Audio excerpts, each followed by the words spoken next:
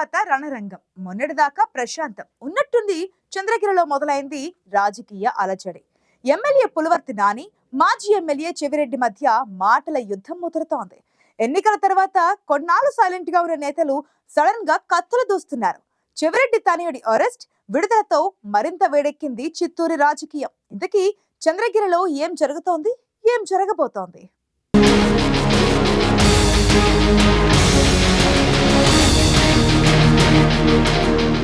చంద్రగిరి నియోజకవర్గంలో రాజకీయ వేడి తారాస్థాయికి చేరింది. చంద్రబాబు స్వగ్రామం నారావారి పల్లె ఉన్న నియోజకవర్గంలో 20 ఏళ్ల తర్వాత పసుపు జెండా ఎగిరింది. వైసీపీ కీలక నేత చెవిరెడ్డి భాస్కర్ రెడ్డి తన కంచుకోటగా మలుచుకున్న చంద్రగిరిలో గెలిచారు పులివర్తి నాని. వైసీపీ అభ్యర్థి చెవిరెడ్డి మోహిత్ రెడ్డిపై 40,000 ఓట్ల బంపర్ మెజారిటీతో ఆయన విజయం సాధించారు. సుదీర్ఘకాలం తర్వాత అధినేత సొంత గడ్డపై టీడీపీ హవా చాటుకుంది. అయితే ఫలితాల తర్వాత కొన్నాళ్లు ప్రశాంతంగానే ఉన్నా స్థానికంగా వైసీపీ టీడీపీ నేతల మధ్య మాటల యుద్ధం హద్దులు మీరుతుండడం ఎటు దారి తీస్తుందోనన్న ఉత్కంఠ పెంచుతోంది. మాజీ ముఖ్యమంత్రి వైఎస్ జగన్మోహన్ రెడ్డికి అత్యంత సన్నిహితుడైన చెవిరెడ్డి భాస్కర్ రెడ్డి గత ఎన్నికల్లో ఒంగోలు ఎంపీ అభ్యర్థిగా పోటీ చేశారు. తనయుడు మోహిత్ రెడ్డిని చంద్రగిరి వైసీపీ అభ్యర్థిగా బరిలోకి దించారు చెవిరెడ్డి. టీడీపీ నుంచి పులివర్తి నాని బరిలోకి దిగారు. వరుసగా 2 సార్లు గెలిచిన చెవిరెడ్డి కుటుంబం మూడోసారి గెలిచి హ్యాట్రిక్ కొట్టాలన్న కల నెరవేరలేదు.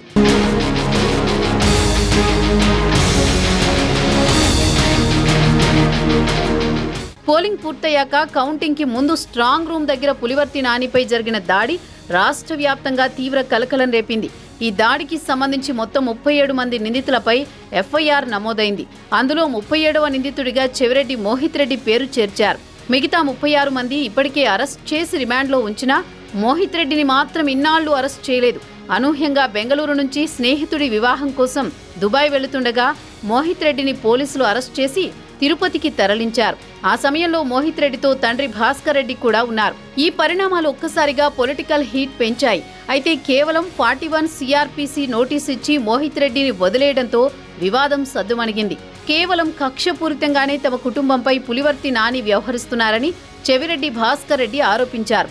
పులివర్తికి ఎలాంటి గాయాలు కాలేదని, స్విమ్స్ ఆసుపత్రి రిపోర్ట్ ఇచ్చిందని, అయినా నాటకాలు ఆడుతున్నారని విమర్శించారు. దీనికి పులివర్తి నాని కూడా అదే స్థాయిలో కౌంటర్ ఇచ్చారు. తన మెడికల్ సర్టిఫికెట్లను మీడియా ముందు ఉంచారు. చెవిరెడ్డిపై తీవ్ర పదజాలంతో విరుచుకుపడ్డారు.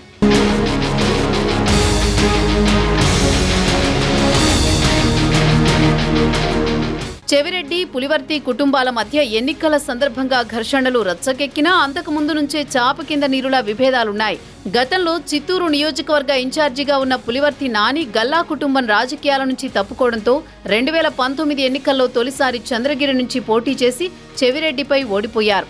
వైసీపీ ప్రభుత్వం అధికారంలో ఉండగా తమ మైనింగ్ పరిశ్రమలకు చెవిరెడ్డి భాస్కర్ రెడ్డి ఇబ్బందులు సృష్టించారని పులివర్తి నానితో పాటు ఆయన సతీమణి సుధారెడ్డి ఆరోపించారు. దీనికి సంబంధించిన అన్ని పత్రాలను ఆమె మీడియా ముందు ఉంచారు. గతంలోనే తమపై కక్షపూరితంగా వ్యవహరించినా తామెప్పుడూ బయట పెట్టలేదన్నారు. అయితే అనవసర ఆరోపణలు వేస్తున్న చెవిరెడ్డి కుటుంబం వాదన తప్పని నిరూపించేందుకు డాక్యుమెంట్లు చూపించాల్సి వచ్చిందంటున్నారు పులివర్తి నాని దంపతులు. చెవిరెడ్డి కుటుంబం అవినీతిపై అన్ని ఆధారాలు త్వరలోనే బయట పెడతామని అంటున్నారు. అయితే చెవిరెడ్డి మాత్రం పులివర్తి నాని కుటుంబం చేస్తున్న ఆరోపణలను ఖండించారు.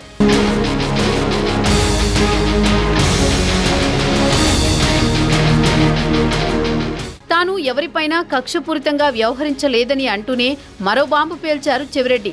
వ్యాపార లావాదేవీల్లో అవినీతి వ్యవహారాలకు కప్పిపుచ్చుకునేందుకు పులివర్తి నాని అప్పట్లో మాజీ మంత్రి పెద్దిరెడ్డిని కలిశారని ఆరోపించారు. పెద్దిరెడ్డికి పులివర్తి సుధారెడ్డి బంధువు అవుతారు.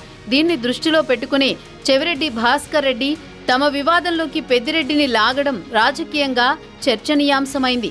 గొడవ జరిగిన సమయంలో తన కుమారుడు స్ట్రాంగ్ రూమ్లో ఉన్నాడని, దాడితో ఎలాంటి సంబంధం లేదంటున్నారు చెవిరెడ్డి భాస్కర్ రెడ్డి. కక్ష సాధింపు చర్యలకు దిగితే ఉద్యమిస్తామని హెచ్చరిస్తున్నారు. అయితే పులివర్తి నాని మాత్రం తనపై హత్యాయత్నం కేసులో మొదటి 2 నిందితులు తండ్రి కొడుకులేనని ఆరోపిస్తున్నారు. ఇద్దరిని వదిలే ప్రసక్తే లేదని అంటున్నారు. అయితే ఈ కేసులో మోహిత్ రెడ్డిని అరెస్ట్ చేస్తే నియోజకవర్గంలో అలజడి రేగే అవకాశం ఉంది. ప్రస్తుతం నివురుగప్పిన నిప్పులాగానే ఉంది చంద్రగిరి నియోజకవర్గం.